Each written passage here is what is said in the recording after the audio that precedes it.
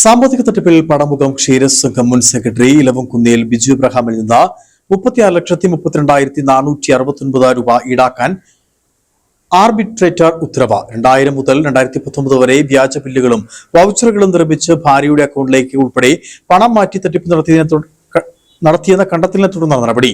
തുക ഈടാക്കാൻ തുടർ നിയമ നടപടികളുമായി മുൻപോട്ടു പോകുമെന്നും ക്ഷീരസംഘം അറിയിച്ചു. മുരിക്കാശ്ശേരിക്ക് സമീപം പടമുഖം ക്ഷീരസംഘം സെക്രട്ടറിയായിരുന്ന ഇലവംകുന്നൽ ബിജു എബ്രഹാമിൽ നിന്ന് 36,32,469 രൂപ ഈടാക്കുവാൻ ആർബിട്രേറ്റർ ഉത്തരവിട്ടതായി ക്ഷീരസംഘം പ്രസിഡന്റ് ജോബി ജോസഫ് വാർത്താ സമ്മേളനത്തിൽ അറിയിച്ചു.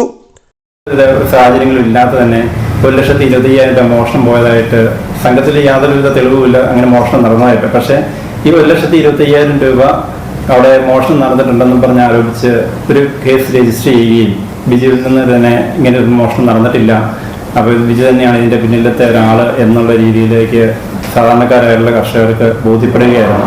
ആ സമയത്താണ് അവിടെ ക്ഷീരസംഘത്തിലെ ഒരു ഇലക്ഷൻ നടന്നത്.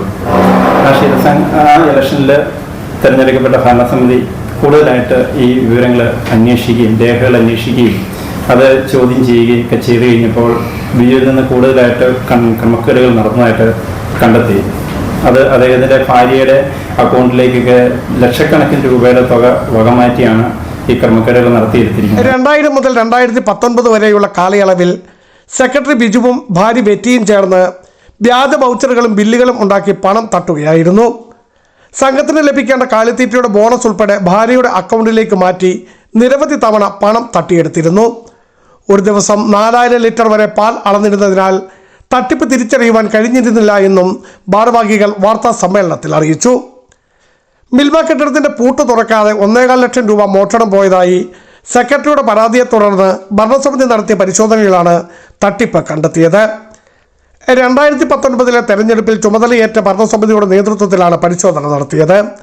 പരിശോധനയിൽ ക്രമക്കേട് കണ്ടെത്തിയതിനെ തുടർന്ന് നൽകിയ പരാതിയിലാണ് പണം ഈടാക്കുവാൻ വിധി ഉണ്ടായിട്ടുള്ളത്.